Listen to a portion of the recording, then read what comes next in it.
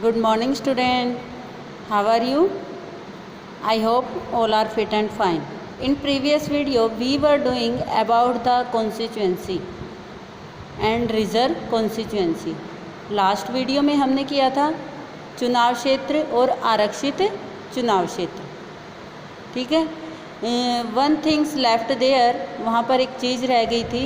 Who decide which constituency is to be reserve, कि constituency reserve है ये कौन डिसाइड करेगा. ठीक है. Who decide which constituency is to be reserve, इसे कौन करेगा? Delimitation commission. ठीक है. वहाँ पर हमने बात की थी इलेक्शन कमीशन के बारे में, लेकिन जो एरिया है, एरिया कौन डिसाइड करता है? Delimitation commission. डिलिमिटेशन कमीशन क्या होता है? परिसीमन आयोग. ठीक है. परिसीमन आयोग है वो जो चुनाव क्षेत्र हैं उसकी सीमाएं निर्धारित करता है. ठीक है. किसकी सहायता से? चुनाव आयोग की सहायता से. ठीक है. फिर चुनाव आयोग है. चुनाव आयोग कैसे डिसाइड करता है? सबके चुनाव क्षेत्र डिसाइड करेगा कि कौन सा एरिया शेड्यूल कास्ट के लिए होगा, कौन सा एरिया है जनरल कास्ट के लिए होगा.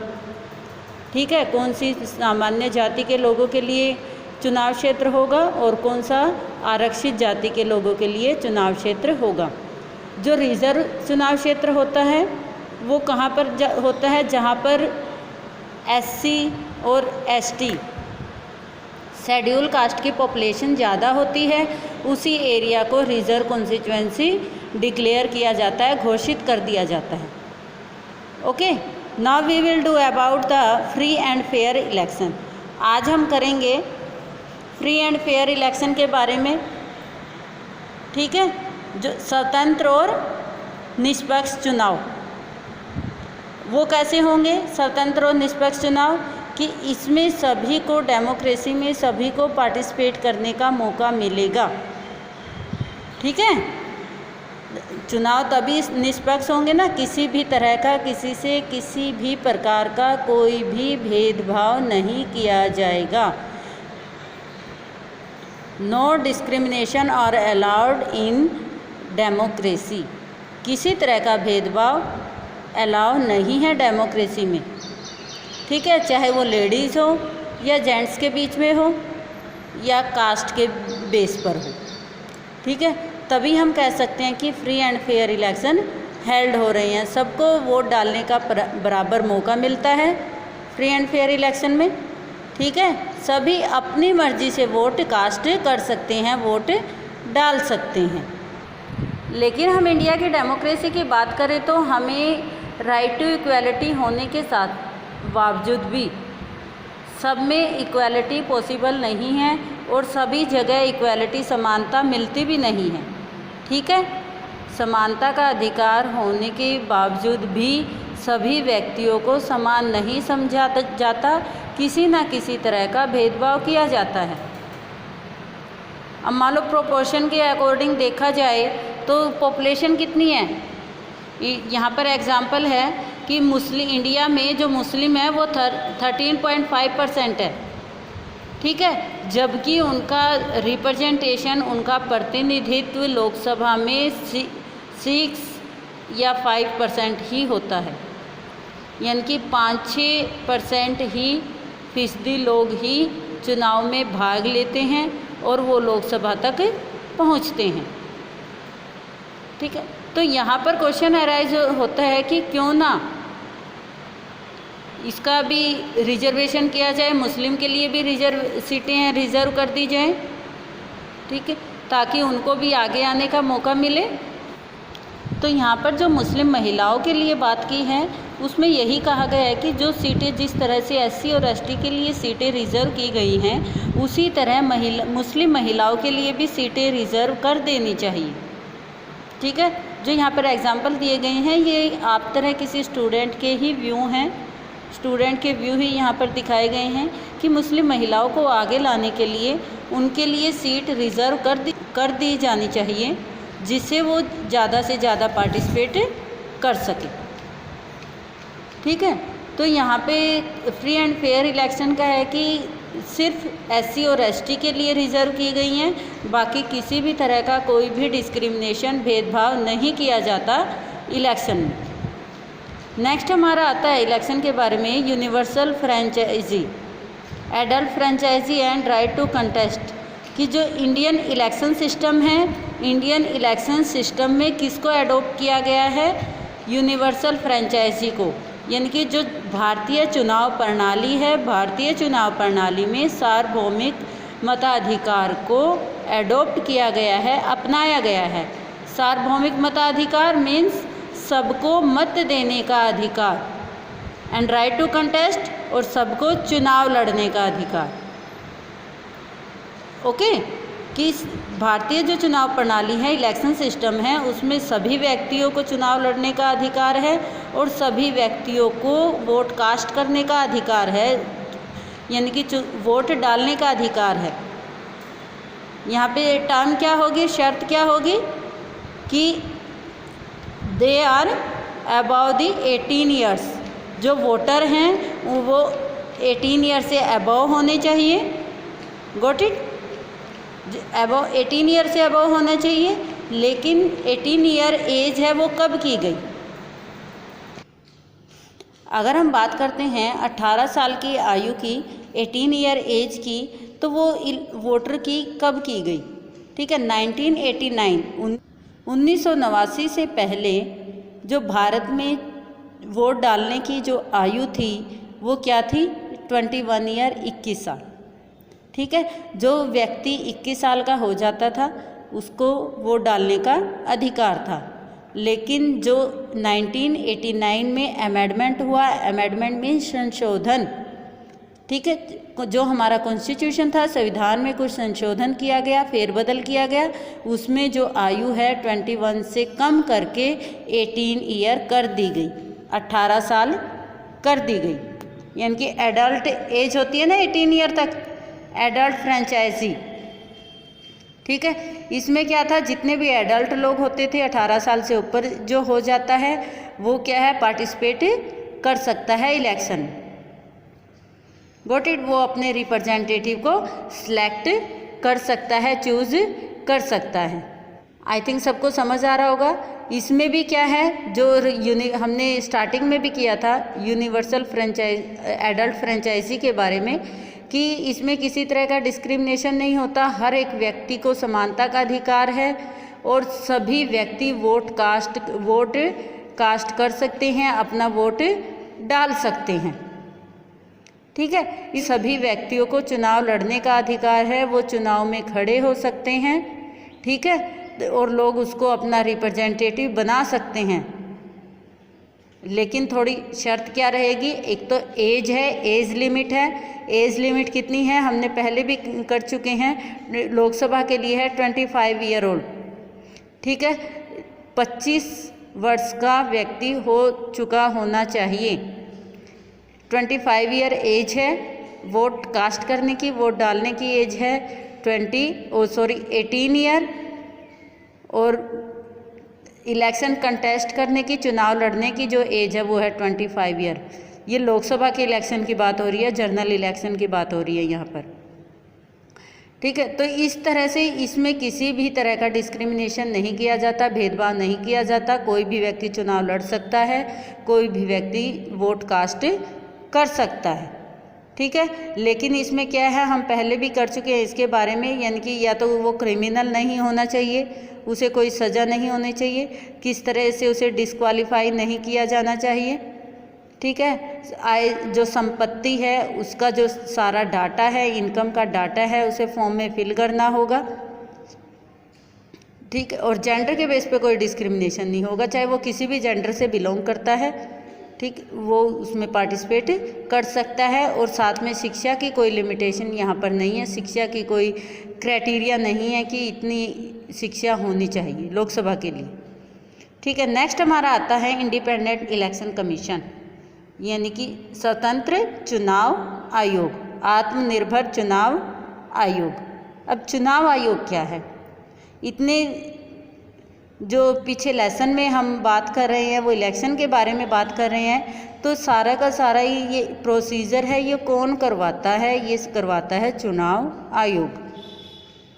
ठीक है, जो हमारे कॉन्स्टिट्यूशन मेकर थे उन्होंने जो सिस्टम एडोप्ट किया है इंडिया में, free and fair system adopt किया है, लेकिन फ्री एंड फेयर सिस्टम है या नहीं है इसके बारे में कौन बताएगा? Got it? कि हमें कैसे पता, how we know about the election system, is it free and fair? हम कैसे जानेंगे कि जो सिस्टम है हमारा इलेक्शन सिस्टम है वो फ्री और फेयर है? ठीक है, उसके लिए कमीशन बनाया गया और उस कमीशन का नाम है इलेक्शन कमीशन, चुनाव आयोग।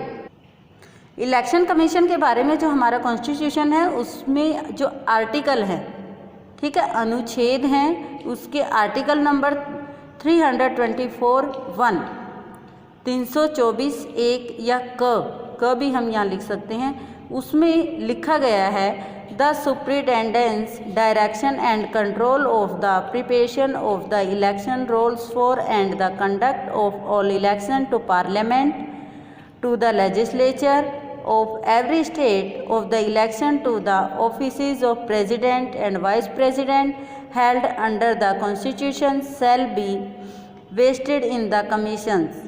ठीक है, कि देश के अंदर चुनाव को, किसके चुनाव को? जो राज्यों में चुनाव होते हैं, प्रधानमंत्री का चुनाव जो होता है, जनरल इलेक्शन होते हैं, राष्ट्रपति का चुनाव होता है, उपराष्ट्रपति का जो चुनाव होता है, संविधान ने इन चुनाव को संचालित करने के लिए एक आयोग बनाया है और उस आयोग का नाम क्या है? चुनाव आयोग, इलेक्शन कमीशन। ठीक है, ये कहाँ पर है? It is most important, article number 324। Okay, ये बहुत महत्वपूर्ण है कि किस आर्टिकल में चुनाव आयोग के बारे में डिस्क्राइब किया गया है, आर्टिकल नंबर 324। ठीक है, तो इलेक्शन कमीशन के बारे में हम करेंगे। इलेक्शन कमीशन बनाया जाएगा, किसके लिए बनाया जाएगा? चुनाव करवाने के लिए। ठीक है, पूरे देश में एक चुनाव आयोग होगा। The supreme court has agreed with the interpretation of the constitution, और सहमति किसकी? सुप्रीम कोर्ट की सहमति भी इसके लिए ज़रूरी है।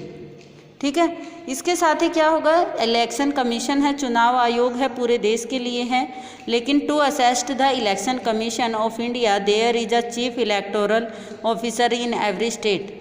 जो इलेक्शन कमीशन है, चुनाव आयोग है, वो हर एक स्टेट में एक अलग से मुख्य चुनाव आयुक्त को अपॉइंट करेगा।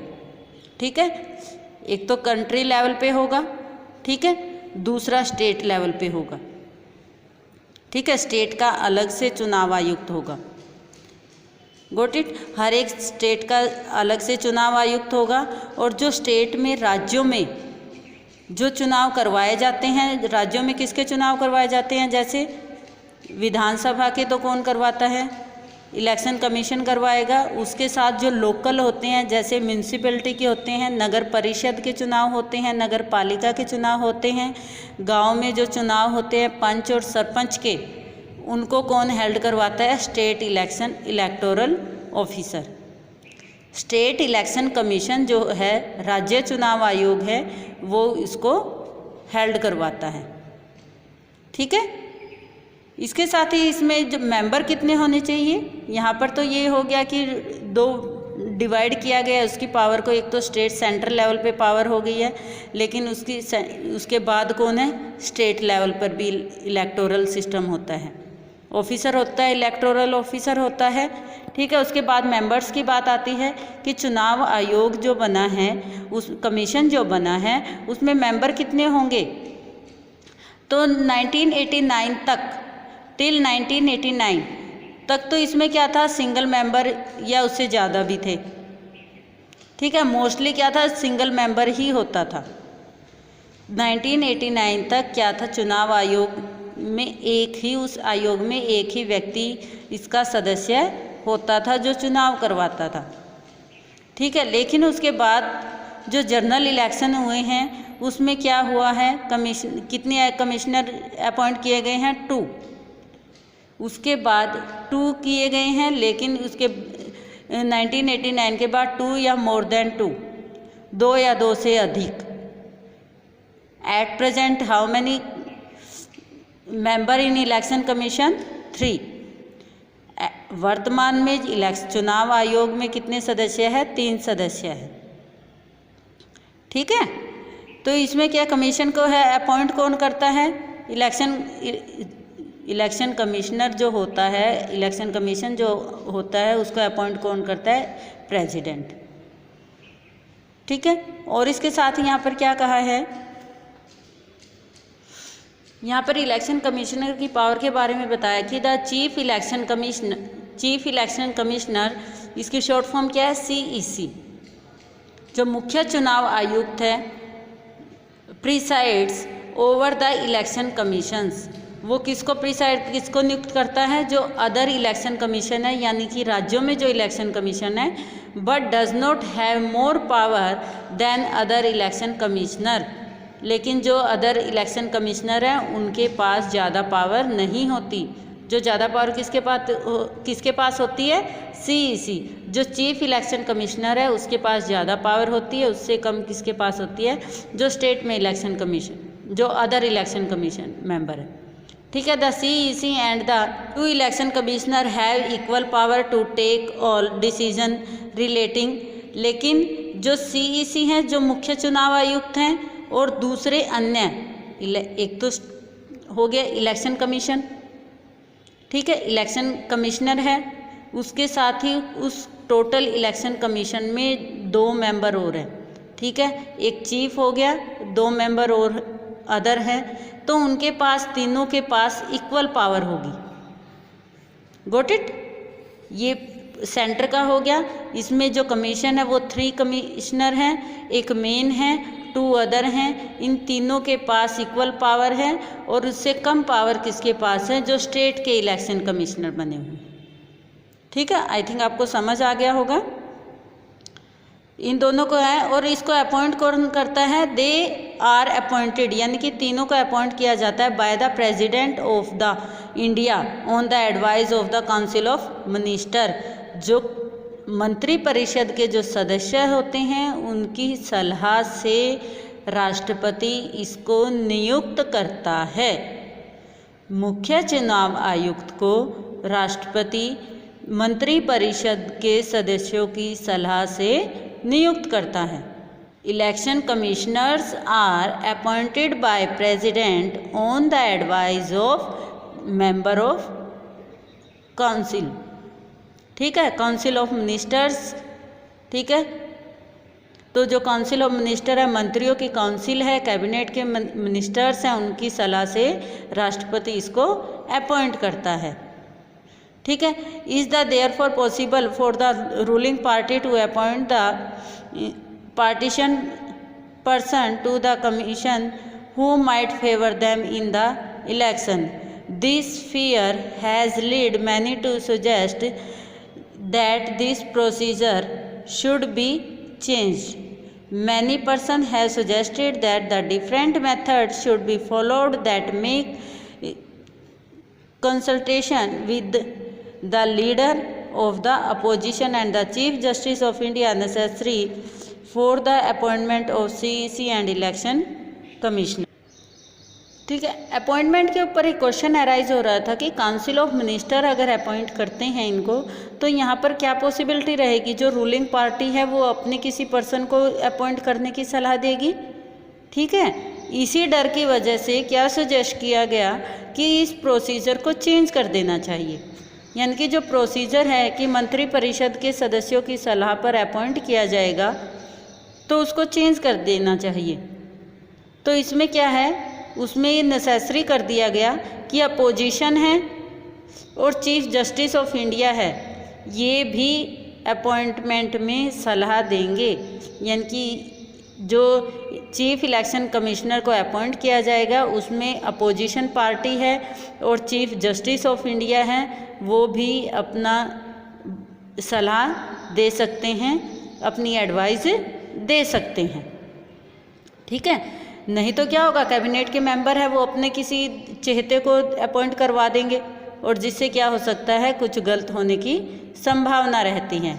अब हम टेन्योर की बात करेंगे कि जो टेन्योर है इसका कार्यकाल है वो कितना होता है। मैक्सिमम जो कार्यकाल है वो 6 ईयर का होता है। ठीक है, जो इलेक्शन कमीशन का कार्यकाल है, जो टेन्योर है, ड्यूरेशन पीरियड है, वो 6 ईयर का होता है, 6 साल का होता है। लेकिन 6 ईयर के साथ ही क्या है, टिल द एज ऑफ 65, यानी कि 65 वर्ष की आयु और 6 वर्ष, इसमें से जो भी पहले हो जाएगा उसके बाद उसको रिटायर वहाँ से हट जाएगा। ठीक है, अगर जो इलेक्शन कमिश्नर है 65 साल का हो जाता है तो वो इस्तीफ़ा दे देगा। ठीक है, अपना रेजिग्नेशन दे देगा, या अगर 65 साल का नहीं होता है, एज कम है और 6 ईयर कंप्लीट हो जाते हैं तो भी वो अपना रेजिग्नेशन दे देता है। ठीक है, तो the CEC can be remove before the expiry. ठीक है, तो इसमें क्या रहेगा कि एक्सपायरी से पहले उसको हटा सकते हैं। एक्सपायरी से पहले यानी कि 65 साल से और 6 साल से पहले भी हम उसको हटा सकते हैं, लेकिन उसके लिए अलग प्रोसीजर है, अलग प्रक्रिया है। This procedure we will do in next video. इस प्रोसीजर के बारे में हम अगले वीडियो में पढ़ेंगे। And this is sufficient for today. Thank you.